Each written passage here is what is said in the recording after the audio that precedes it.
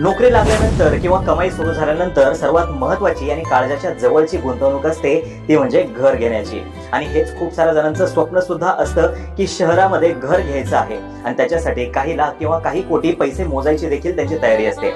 आणि यामुळेच मेट्रो सिटीमध्ये लोकांचा कल हा घर भाड्यानं घेण्याकडे असतो, जर का त्यांना हे पैसे वाचवायचे असतील तर. तरी देखील डोक्यामध्ये किडा हा असतोच की आपलं ते आपलंच. तसंच जे घर विकत घेऊ शकतात त्यांच्यासाठी सुद्धा विकत घ्यावं की भाड्याच्या घरात राहावं असा अवघड प्रश्न समोर असतो. आणि हे करावं की ते करावं अशी द्विधा मनस्थिती सुद्धा असते. आपल्या भारतात तर काही झालं तरी घर घेण्याकडे सर्वांचा कल दिसतो आणि भाड्याचं घर म्हणजे कॉम्प्रोमाइज अशी सगळ्यांची भूमिका असते. आणि यामुळेच आज आपण चर्चा करणार आहोत या मुद्द्याची की घर विकत घ्यावं की भाड्याच्या घरात राहावं, आणि याचे म्हणजे भाड्याच्या घरात राहण्याचे किंवा घर विकत घेण्याचे या दोघांमधले नेमके फायदे काय तोटे काय हे सुद्धा आपण थोडक्यामध्ये. सर्वात महत्वाचा फायदा आपल्याला वाटतो तो म्हणजे सुरक्षितता. आणि स्वतःच म्हणल्यानंतर जी अभिमानाची फिलिंग येते ना ती सुद्धा भारी असते. भाडं हा असा खर्च आहे जो टाळता येऊ शकत नाही आणि टाइम टू टाइम प्रत्येक महिन्याला भरावंच लागतं. आणि याच्यातून ऍसेट क्रिएशन काहीच होत नाही असा एक मतप्रवाह आहे. आता EMI भरण्याचा सुद्धा फायदा आहेच की तो सुद्धा दुहेरी. सर्वप्रथम स्वतःच्या घरामध्ये तुम्हाला राहता येतं आणि प्रत्येक महिन्याला जो काही तुम्ही EMI भरत असता याच्यातून त्या घरामध्ये तुमची मालकी जी आहे, तुमचा मालकी हक्क हा सुद्धा वाढत असतो. भाड्यानं राहणं म्हणजे कधी पण घर मालक खाली करायला सांगू शकतो. मग काय, परत करा रे पॅकिंग, दुसरं घर शोधा आणि परत पसारा. आणि जर का स्वतःच घर असेल तर कसं आहे, एकदा सजवलं की डायरेक्ट ज्यावेळेस तुम्ही रिनोव्हेशन करायला घ्याल त्यावेळेसच पसारा होण्याचे चान्सेस असतात. रिअल इस्टेट मधली गुंतवणूक ही सर्वात सुरक्षित गुंतवणूक, ज्यात तुमच्या गुंतवणुकीची किंमत ही जसं जसं वर्ष पुढे सरकेल तशी तशी वाढत राहतेच. आणि त्याशिवाय त्याचे टॅक्स बेनिफिट्स जे तुम्हाला मिळतात ते सुद्धा वेगळे असतात. आता भाड्याचं घर असण्याचे फायदे काय ते सुद्धा सांगतो. भाड्याचं इतकं टेन्शन नसतं जितकं EMIचं असतं, कारण की 10-12 हजार रुपये भाड्यामध्ये तुम्हाला आजच्या दिवशी 2 BHK पर्यंत किंवा 1 BHK भेटू शकतो. एरियानुसार ते बदलू शकतं, पण EMI तुम्हाला नक्कीच 30,000 40,000 रुपयाचा द्यावा लागतो. आणि भाड्याच्या घरासाठी तुम्हाला एक्स्ट्रा टॅक्स सुद्धा द्यावा लागत नाही जो प्रॉपर्टीच्या संबंधित असतो. हा एक मुद्दा. आता भाडं देण्यात EMI पेक्षा कमी लायबिलिटी आहे. जसं की समजा मला पुण्यामध्ये अजून एक घर घ्यायचंय तर मला 50 लाख रुपये हे लागतीलच, मिनिमम 50 लाख लागणार आहेत. मग कॅश इतकी असते का? नसणार आहे. मग मी काय करेल, बँकेकडे जाईल, बँकेकडे कर्ज मिळवण्यासाठी अर्ज करणार. आणि मग काय होणार, पुढचे 25 ते 30 वर्ष जर का बँकेने कर्ज मंजूर केलं तर मला कमीत कमी 30 ते 40 हजार रुपयाचा हप्ता पडू शकतो या सर्वांसाठी.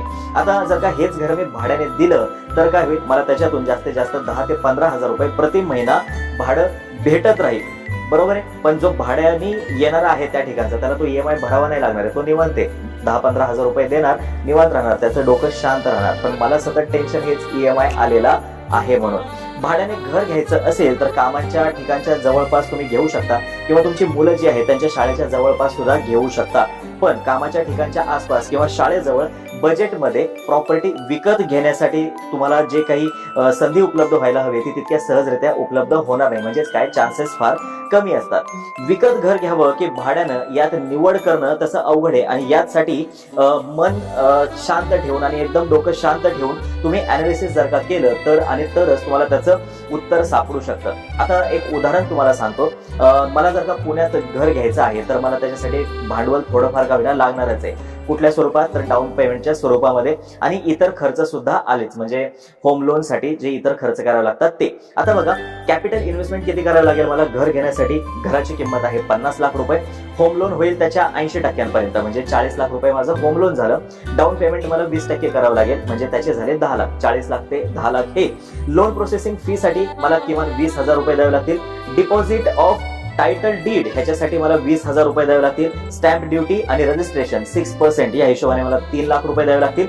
अमेनिटीज जे आहेत म्हणजे पार्किंग वगैरे किंवा स्विमिंग पूल वगैरे हे अशी काही सोसायटी असेल त्याच्यासाठी मला एक्स्ट्रा 3 लाख रुपये मोजावे लागू शकतात. आणि ओव्हरहेड चार्जेस, इंटेरियर वगैरे हे करणं याच्यासाठी तुम्हाला 3 लाख रुपये लागू शकतात. म्हणजे मला मग हे टोटल माझं किती जाईल गणित, जवळपास 59,40,000 रुपयांपर्यंत हे माझं गणित जाणार आहे. आता बघा, 20 वर्षानंतर त्या घराची किंमत काय असू शकते त्याचाही थोडक्यामध्ये अंदाज घेऊया.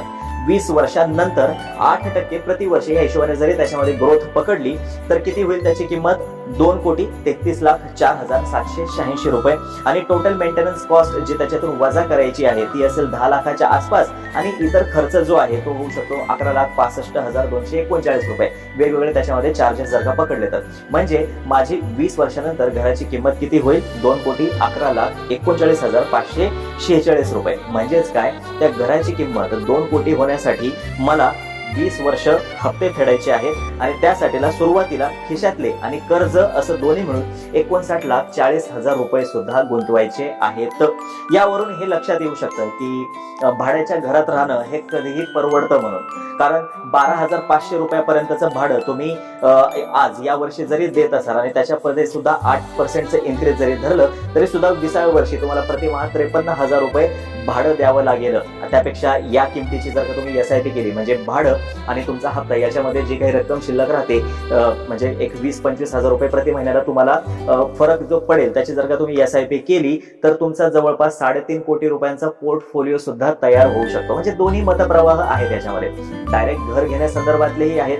कुणी भाड्याने राहा म्हणतं, त्यातले पैसे जे वाचतील त्याची SIP मध्ये गुंतवणूक करा, म्युच्युअल फंड मध्ये करा, मग त्याची इतके पैसे होईल. हा आता ज्याने त्याने घ्यायचा निर्णय. माझं काम होतं की तुम्हाला आकडेवारी सांगणं. आता भाड्याने घर घेणं हा ऑप्शन भारी वाटत असला तरी सुद्धा मी म्हणलेल्या किमती ज्या आहेत या मेट्रो शहरामधल्या आहेत. म्हणजे जे अगदी मोठी शहरं आहेत, मुंबई पुणे यांसारखी जी शहर आहेत त्या ठिकाणची. सगळीकडे अशीच परिस्थिती असेल असं नाहीये. जे स्वतःला राहण्यासाठी घर घेत आहेत त्याने ते बिंदास घ्यावं. पण जर का इन्व्हेस्टमेंट म्हणून किंवा अजून एक घर असावं म्हणून जर का घर घेणार असाल तर जरा शांतपणे विचार करून घ्या. इन्कम किती आहे, काय आहे याच्यानुसार घ्या.